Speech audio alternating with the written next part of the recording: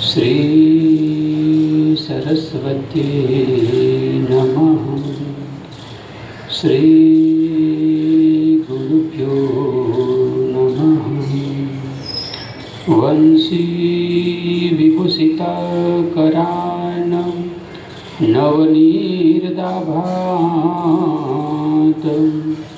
पीताम्बरादरुणबिम्बफलाधरोष्ठात् पूर्णेन्दुसुन्दरमुखाद् रवीन्द्रनेत्रात् कृष्णात् परं किमपि तत्त्वमहं न जाने।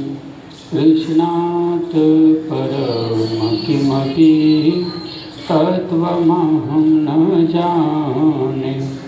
ॐ नमो भगवते वासुदेवाय। बोलो द्वारकाधीश की जय, सद्गुरुदेव की जय।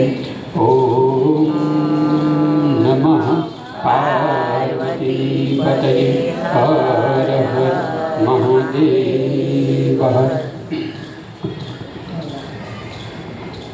चैत्र मास शुक्ल पक्ष की कथा। युधिष्ठिरे पूछ्યું કે હે ભગવાન, હવે મને એ જણાવો કે ચૈત્ર માસ શુક્લ પક્ષમાં કયા નામની એકાદશી આવે છે? તો ભગવાન શ્રી કૃષ્ણ કહે છે કે રાજન, એકાગ્ર ચિત્ત થઈને આ પુરાતન કથા સાંભળો, જેને વશિષ્ઠજીએ દિલીપના કહેવાથી કહી હતી. દિલીપે પૂછ્યું કે ભગવાન, હું એક વાત સાંભળવા માંગુ છું કે ચૈત્ર માસના શુક્લ પક્ષમાં કયા નામની એકાદશી હોય છે? ત્યારે વશિષ્ઠ ઋષિ બોલ્યા કે હે રાજન, ચૈત્ર માસ શુક્લ પક્ષમાં કામદા નામની એકાદશી હોય છે. તે પરમ પૂર્ણમય છે. પાપરૂપી ઈંધણને માટે તો તે દાવાનળ જ છે. પ્રાચીન કાળની વાત છે. નાગપુર નામનું એક સુંદર નગર હતું, જ્યાં સોનાના મહેલ બન્યા હતા. તે નગરમાં પુંડરીક વગેરે મહાભયંકર નાગ લોકો રહેતા હતા. પુંડરીક નામનો નાગ તે દિવસોમાં ત્યાં રાજ્ય કરતો હતો.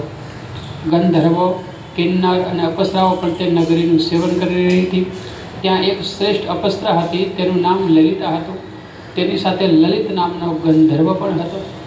તે બંને પતિ પત્નીના રૂપે રહેતા હતા.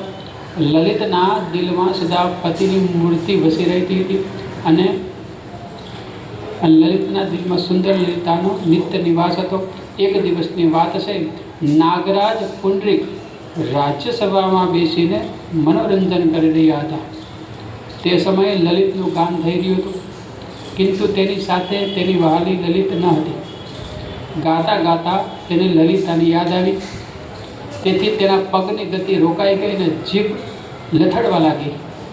નાગોમાં શ્રેષ્ઠ કરકોટકને લલિતના મનમાં સંતાપની જાણ થઈ ગઈ.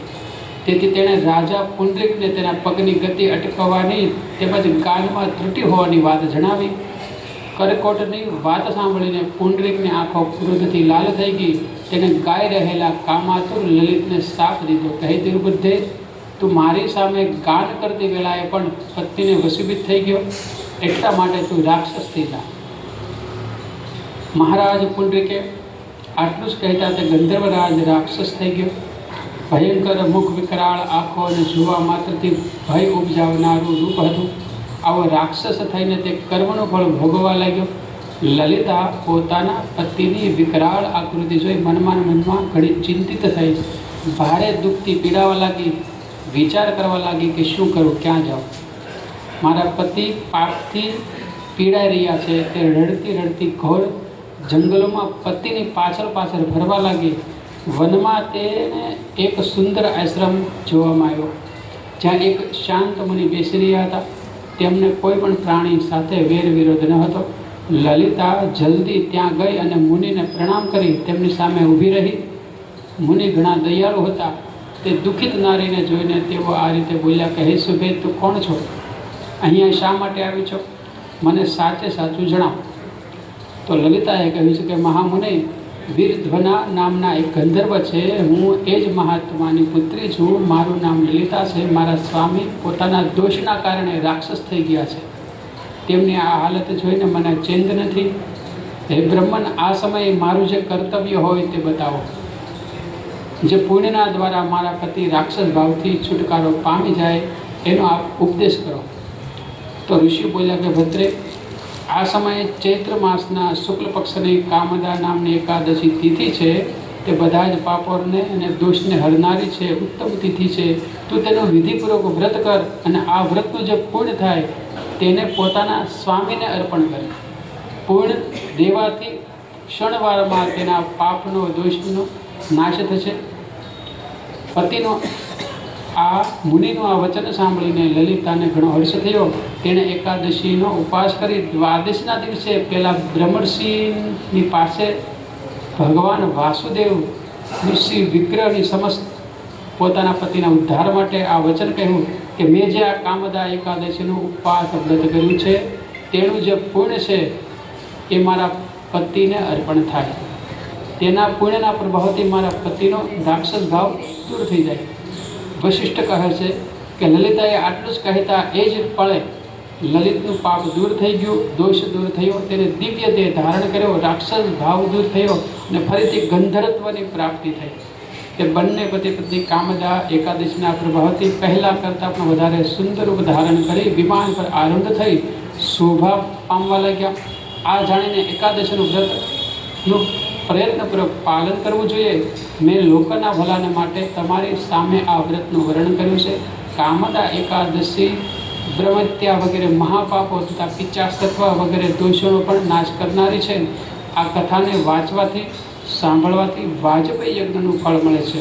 ઇતિશ્રી ચૈત્ર માસે શુક્લ પક્ષે કામદા એકાદશી સમાપ્ત. બોલો બાલકૃષ્ણ લાલ કી જય. મહાદેવની જય.